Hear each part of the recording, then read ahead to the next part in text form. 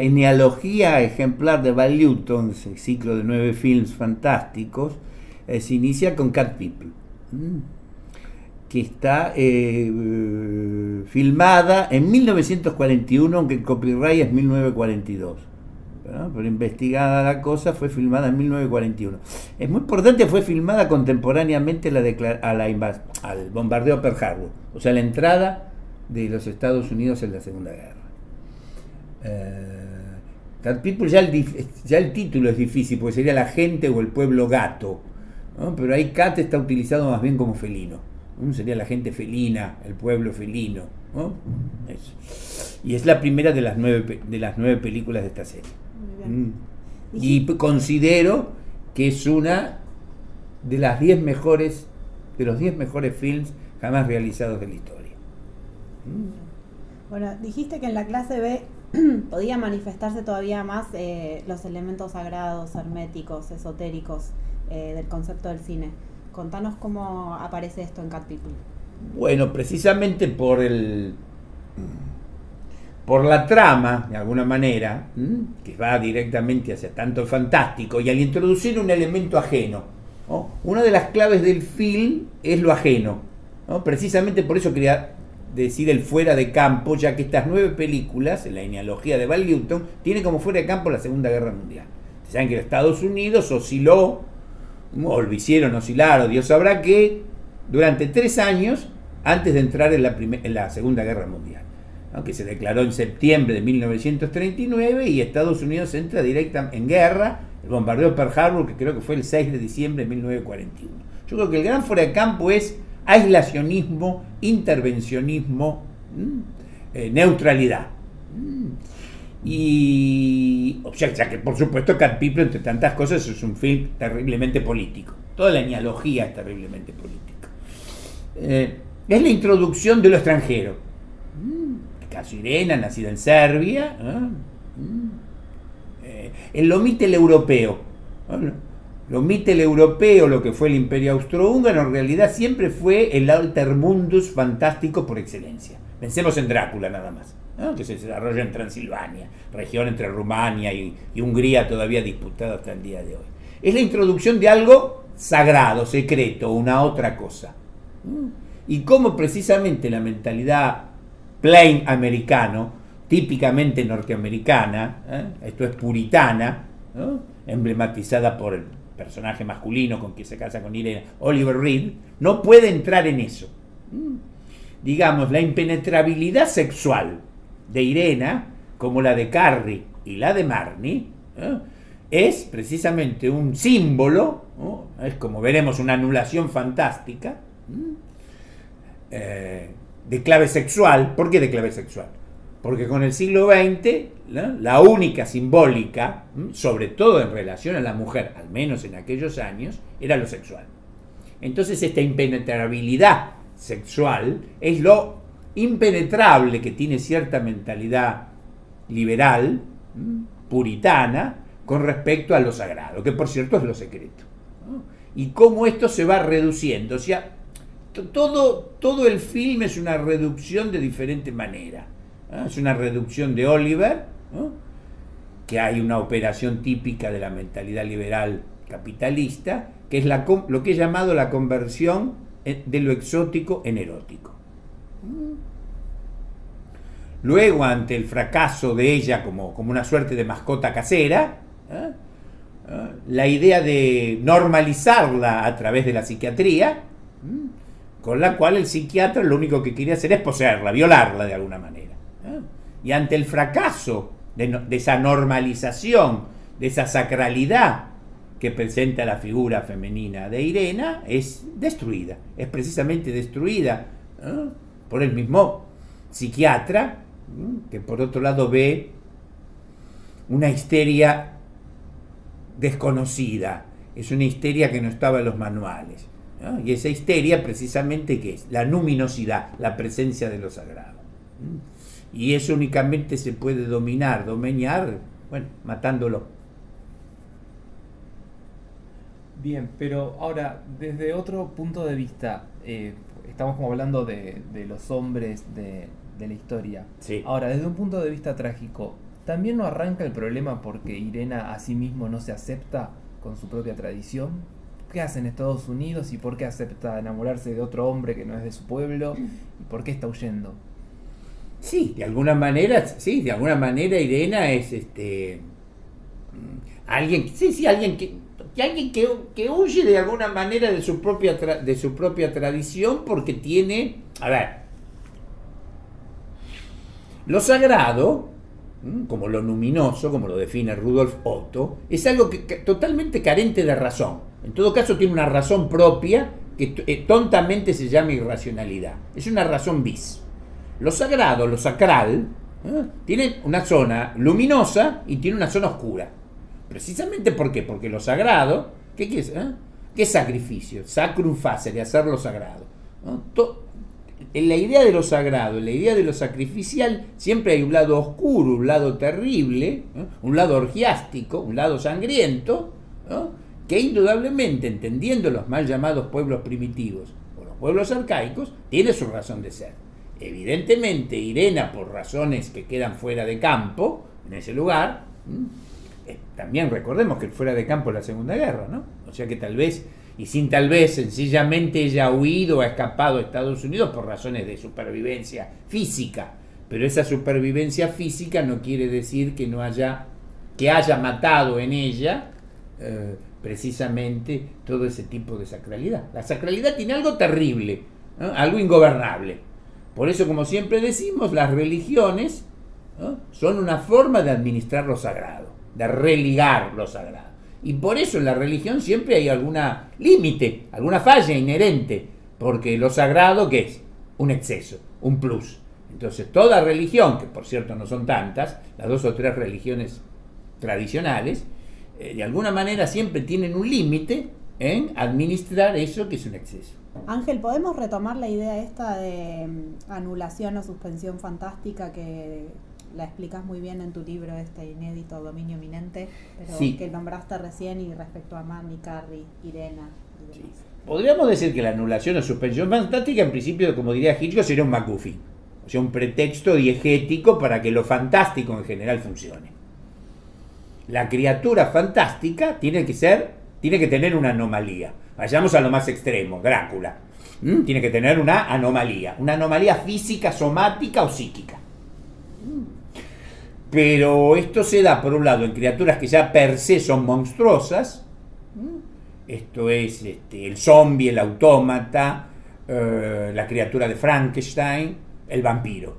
En cambio, en las criaturas que son físicamente normales, como Carrie, como Irena, de la que estamos hablando, la anulación o la suspensión, la anomalía, ¿sí?, fantástica, para que sea una criatura que represente la alteridad, lo otro, tiene que ser de algún tipo de deficiencia, o, supuestamente deficiencia, de alteridad, que tiene que ver con respecto a su comportamiento. Y generalmente se usa el comportamiento de tipo sexual, tiene una sexualidad, entre comillas, anormal para los parámetros de la época, sobre todo para la mujer. Es un film, como todos los de Val Newton, decir adelantado a su época es una tontería, pero son films que adelantan precisamente la condición de lo que después, a partir de los años 60, 70, se va a llamar la mujer objeto, y que precisamente son films en clave fantástica, esto es, extremando una serie de cosas, ¿qué hacen? Son mujeres en el cual su anomalía, su sacralidad, su otredad se manifiesta en que no quieren mantener relaciones sexuales. Esto es, o mejor dicho, podríamos decir, relaciones sexuales físicas, ya que sabemos que hay otro tipo de relaciones sexuales. ¿Sí? Sí.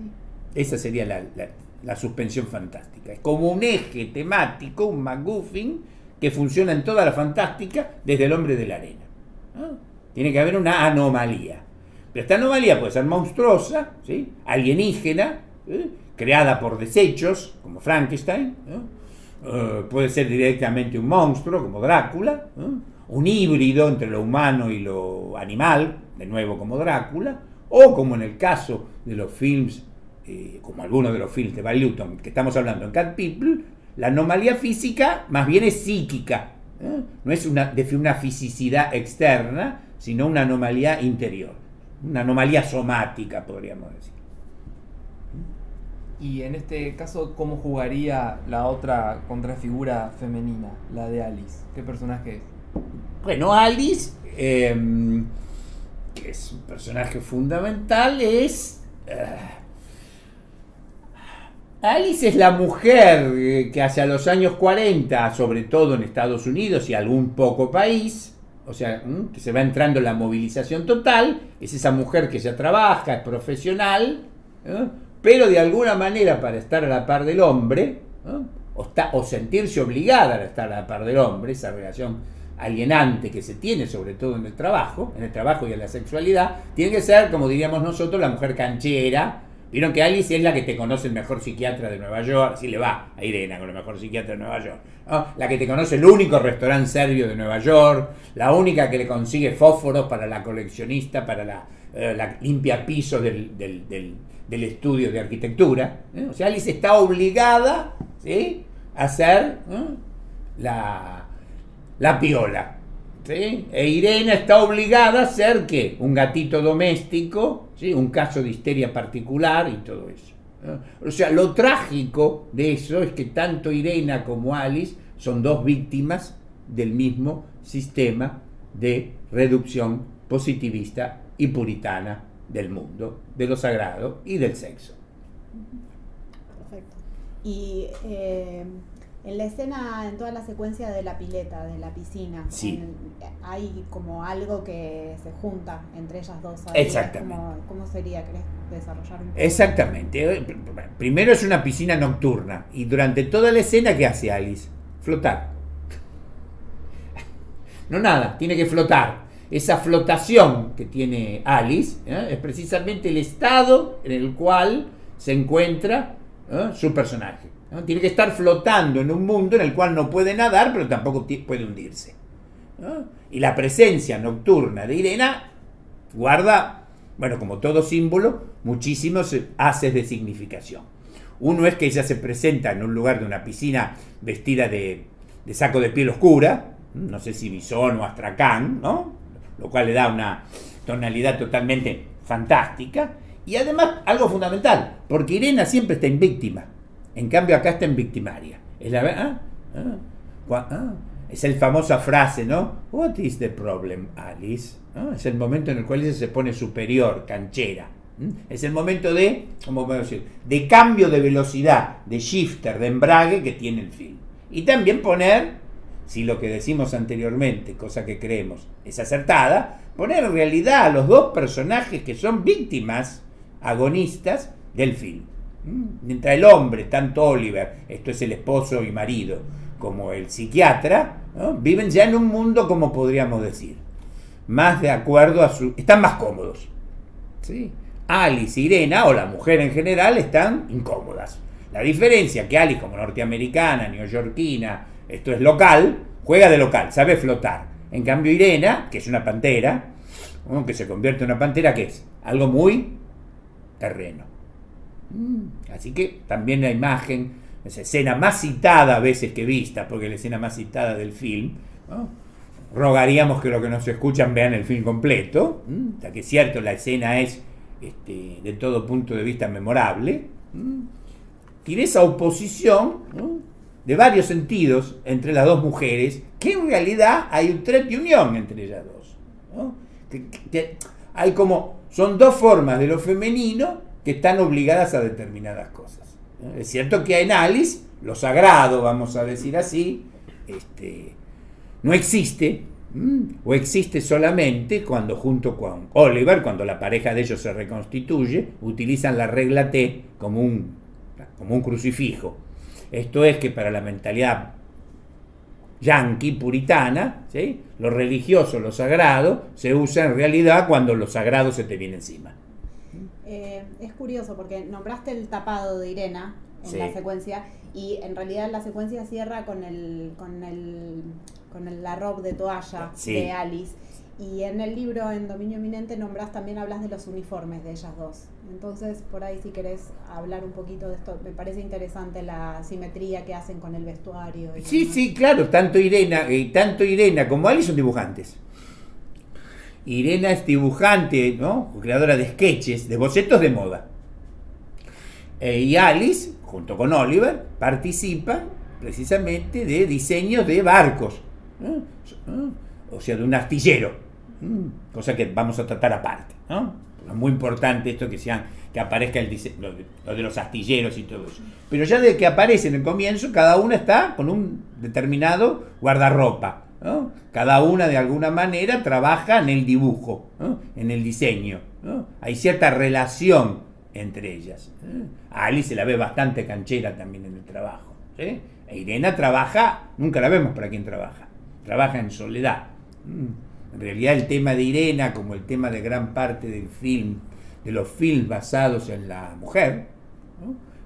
Porque también se dan films no fantásticos, si pensamos en Europa 51, de Roberto Rossellini, tal vez uno de los más grandes films europeos, que no es de tema fantástico, o casi, el tema de la soledad de la mujer o de lo femenino en el siglo XX o en gran parte del siglo XX es algo fundamental. Bien. ¿Y el mundo masculino cómo está representado en la película? Y el mundo masculino está representado muy críticamente, ¿no? Es el sostén de la mentalidad puritana y positiva. Tanto Oliver como el doctor Jude, ¿no? el psiquiatra, el psicoanalista, ¿no? Porque el concepto de cine siempre ha tenido un factor polémico, ¿no? Con la psiquiatría, la psicología contemporánea, ¿sí? Siempre han disputado en su forma de conocer. Bien, bueno, esto nos podemos extender en otro momento y en otro film. Son aquellos dos que quieren reducir lo femenino, sobre todo lo femenino desconocido por extranjero, por serbio, por centroeuropeo y por sagrado, ¿no? A su tamaño, ¿no? Para Oliver es una mascota, ¿sí? ¿Sí? Es una set kitchen, como dicen ellos, ¿sí? Es una gatita, es una mascota de alguna manera. Y para Jude es un caso de histeria muchísimo más interesante. En el caso de Alice podríamos decir que Alice ya ha sido incorporada, ya flota en ese mundo. Para flotar, desde luego, tiene que carecer de todo tipo de condimento con respecto a lo sagrado, ¿sí? Claro, porque Alice no aparece como un objeto erótico, sexual, digo, Oliver la tiene ahí todos los días y no se da cuenta de que ella se muere de amor por él. Claro, exactamente. Hasta que Oliver prueba otra cosa, prueba lo extraño, ¿no? Y como todo norteamericano, gran parte de la historia norteamericana, invade un país, no sabe qué hacer con él y vuelve a casa. Una vez que lo destruyó, desde luego, ¿no? Ven que es un gran film político, ¿no? Y hecho durante la Segunda Guerra Mundial. Por eso insistimos a los que nos escuchan que el cine clásico de Hollywood, aparte de todo esto simbólico, sagrado y todo eso, son obras polémicamente políticas con respecto al así llamado American Way of Life, el modo de vida norteamericana, política exterior norteamericana, etcétera, etcétera. Pero eso es un film inagotable. ¿Querés desarrollar un poquito más esto de que tanto Irena como Oliver son dibujantes, pero bien distintos en lo que hace cada uno? Sí, o sea, Irena es una dibujante que, si bien ella se burla un poco de eso, es una dibujante que diseña mujeres, diseña vestidos para mujeres. En cambio, Oliver, junto con Alice, trabajan como diseñadores en un astillero, ¿no? Y recordemos algo fundamental, ¿no? Simbolismo que también se da en Vértigo de Alfred Hitchcock, ¿no? Con el astillero de Gavin Elster. Los astilleros, ¿no? Lo marítimo, la piratería, ¿no? Fue, como en términos marxistas, la acumulación originaria que dio lugar al capitalismo. Así que también ahí hay una oposición fundamental en los dos tipos de trabajo. O sea, todo film, o sea, toda gran obra, también literaria, poéticamente, ¿en qué se basa? En similitudes y diferencias. Por un lado tenemos que Alice y Irena visten guardapolvos, que dibujan, pero dibujan cosas totalmente distintas. Ella dibuja algo artístico, dibujan mujeres, y Oliver y Alice están, ¿cómo podríamos decir? Oliver y Alice ya son socios, parientes de ese mundo capitalista liberal, cuyo origen es precisamente la marina, la lucha política por el mar. Sin más, la piratería. En Dominio Inminente, uno de los capítulos más fascinantes para mí es el momento donde hablas de la escena del museo, que es muy interesante porque Irena ve en un barco algo distinto de lo que ellos están viendo del mismo barco. Tal cual, tal cual. Sí, ella ve en un barco que precisamente es un barco que ha sido el último barco de modo español. Pero ya Irena y Alice, que están reconstituidas en ese museo, es expulsada. Esto no te va a interesar a vos, ¿no? ¿Por qué no vas al piso alto que no sé qué cosas hay? La expulsan. Y precisamente ella, ¿qué hace? Desciende en un pleno eje vertical y se encuentra con una diosa egipcia, ¿no? O sea, como que ella es de vuelta a ese mundo sagrado, ¿no? Expulsado, ¿no? Bajada, descendida, ¿no? ¿no? A ese mundo que corresponde a lo sagrado, arcaico, y más arcaico que la sacralidad egipcia pocas hay en la historia. Mientras Oliver y Alice se corresponden precisamente a ese intercambio de la marina y de los barcos, que es precisamente el mundo que les ha dado lugar. La película es una inmersión en lo ideológico, ¿no? Verdaderamente extraordinaria. No en lo ideológico en sentido de cómo venimos económicamente, ¿no? O sea, sino cómo se crea una ideología, cómo se crea una atmósfera mental, ¿no? Y el film cubre perfectamente todos esos detalles, ¿no? Y uno de los detalles fundamentales es que lo que los une es el trabajo en un astillero, ¿no? Parte de ese astillero ya es arte, ya participa en un museo, pero ni aún en ese museo Irena puede estar. Ella tiene que descender al mundo, ¿no? De los dioses antiguos, de lo sagrado, de lo oscuro, y además una figura de cuerpo femenino, ¿no? Y de cabeza de animal, en este caso de perro, que es muy interesante. Un mal director hubiera puesto una cabeza de gato, que los hay también. Esa es una sutileza de puesta en escena. No lo quiere hacer obvio ni siquiera en ese momento.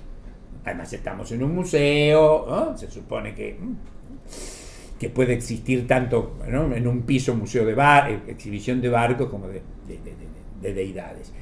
Podríamos decir también que para el norteamericano liberal todo es museo, ¿no? Lo propio y lo ajeno. Es una museificación de todo. Obviamente Irena quiere ser museificada de alguna manera, ¿no? Esa sería la simetría con respecto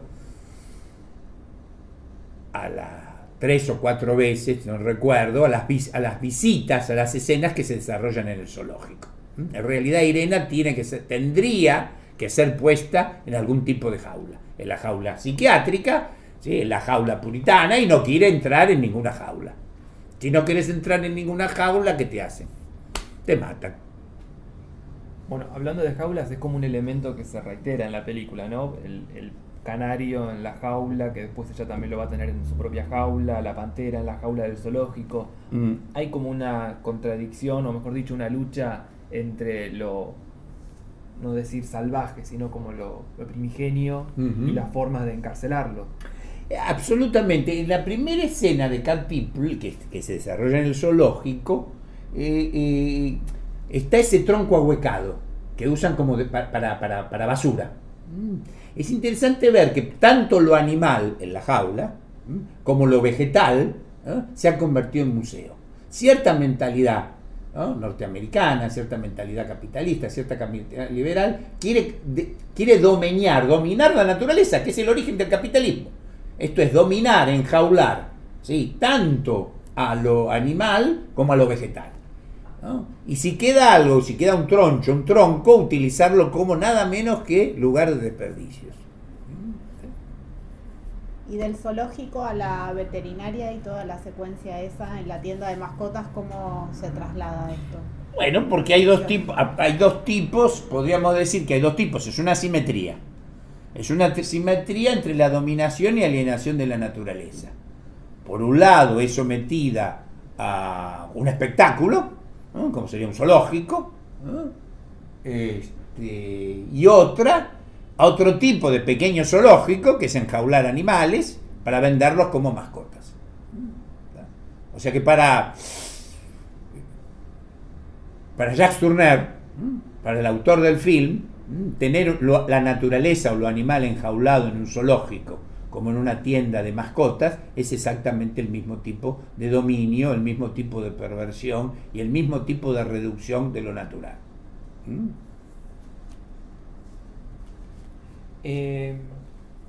Hay una película de Minelli que se llama Cautivos del Mal, que parecería ser que en una de sus secuencias estaría hablando de esta misma realización, ¿verdad? Sí, es Bad and the Beautiful. The Bad and the Beautiful o Cautivos del Mal, que es uno de los primeros films ya casi autoconscientes, ¿no? Donde se desarrolla toda su diégesis con respecto a Hollywood, ¿no? Es uno de los primeros films, de alguna manera, no de los primeros, pero digamos que más sistemáticamente hace una suerte de apología y de crítica de Hollywood. La grandeza que tuvo el Hollywood clásico es que se adelantó él mismo a todo tipo de crítica. La crítica la creó él mismo.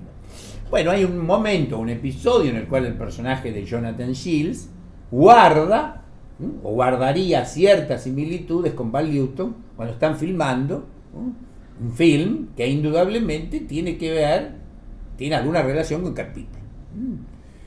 Y donde en vez de utilizar el disfraz de los hombres gatos, ¿no? Precisamente descubre que las sombras y todo ese tipo de cosas. Yo no sé si cuánto tiene eso de autobiográfico y cuánto del personaje de Jonathan Shields es Val Newton. Creo que es una mera referencia, ¿no? Por ejemplo, es muchísimo más claro que el personaje de Lana Turner es Diana Barrymore, ¿no? Y el padre ese del cual ya no se puede sacar de encima la voz es John Barrymore. Pero más allá de esos detalles, yo creo que precisamente en el caso de Minelli, que es un autor súper clase A, está la referencia ya autoconsciente hacia 1953 de la relación, el puente que se establece entre la clase B y la clase A. Es como cuando Hollywood ya... ¿Qué son los años 50? La década de 50. Es el ápice del poder expresivo y estético de Hollywood. Es la última gran década del cine clásico, ¿no?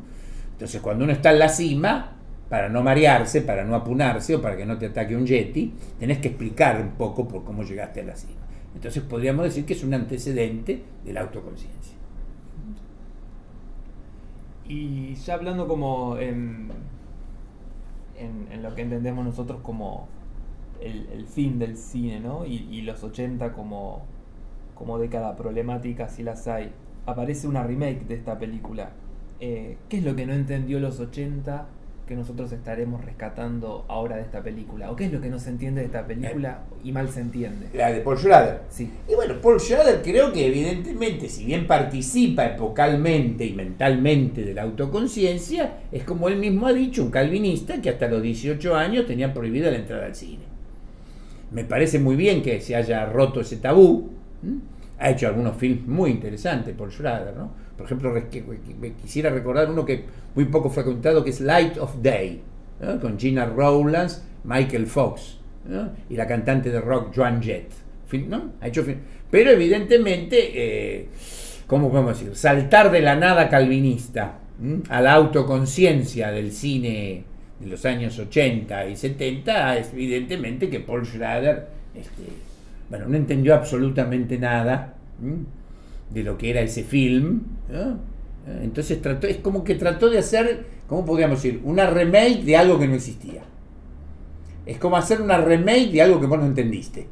Y que creo que Paul Schrader, por sus orígenes, evidentemente, cuando se arrimaba a ciertos films, por ejemplo como Light of Day, ¿no? Light Sleeper, ¿no? Esos films de alguna manera, ¿no? Y por ejemplo podríamos decir el guión de Taxi Driver, que es casi un film, ya podríamos decir en gran parte hecho por Paul Schrader, ¿no? Pero creo que arrojarse a algo tan sagrado, ¿no? Y directamente tan católico, como la diégesis del film de Jacques Tourneur, me parece que claro, fue un salto al vacío, y el salto al vacío así fue.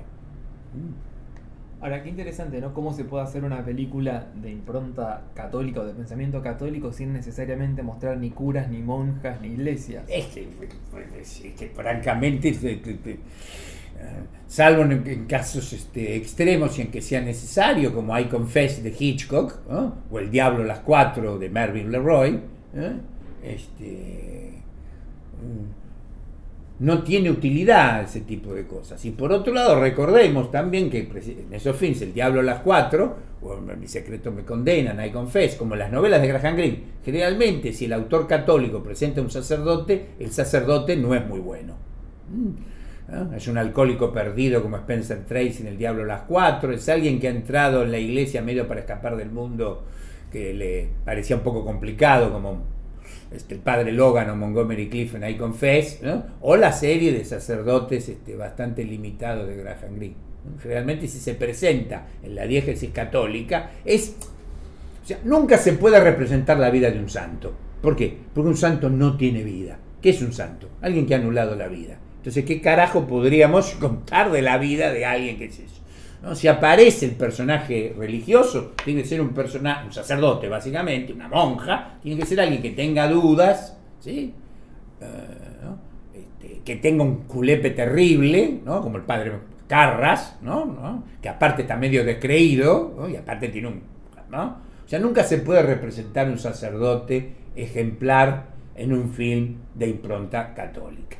Sí se lo presenta, lo mejor es no presentarlo, ¿no? Porque eso ya induce a cierta lectura unilateral del film, de alguna manera. De hecho, cuando usan acá la regla T como cruz, es casi como intuitivo. Es intuitivo, hacen, ¿no? Más aún es que utilizan un útil de trabajo, precisamente, que crea esos astilleros, ¿no? O sea, convierten un útil de trabajo meramente instrumental, laico, secular, ¿no? Como recurso, ¿no? Es de una habilidad y una sutileza crítica total. Cierta mentalidad puritana recurre al cristianismo cuando ha invocado algo, ¿no? Extranjero, exótico, sagrado, que se le viene encima.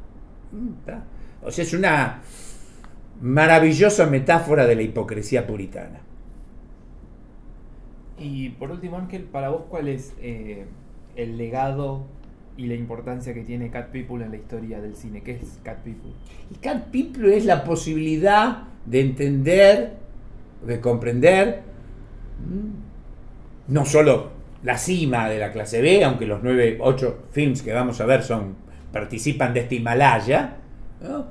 La capacidad de en 60 minutos, ¿no? Con pocos decorados, con actores poco conocidos y con pocos medios, hacer un film que tenga, ¿no? Sin levantar la voz, sin gritar mucho, tranquilamente, aunque lo que cuenta es terrible y es espantoso, un film que sea paralelamente político, religioso, iniciático, ¿no?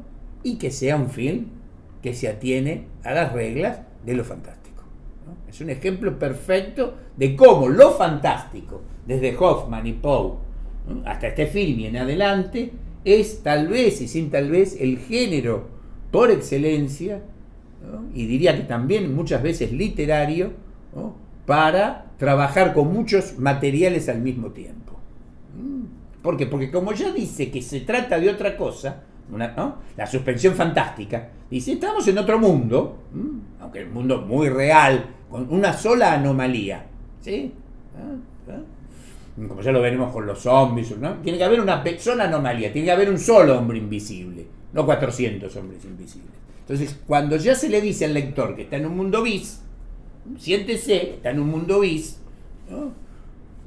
Todo el resto, digamos, ¿no? Todas las otras relaciones sociales, sexuales, políticas, económicas, vestimentarias, de juego, toda la vida social, toda lo que se llama la vida material, ¿no? Es vista bajo un rasgo totalmente crítico. ¿Por qué? Porque se ha inoculado en ese cuerpo, en ese organismo social, una suerte de droga, ¿no? Una suerte de estimulante, ¿no? Que hace que todo lo que veíamos hasta ese momento alrededor ya no sea lo que es, siendo lo mismo.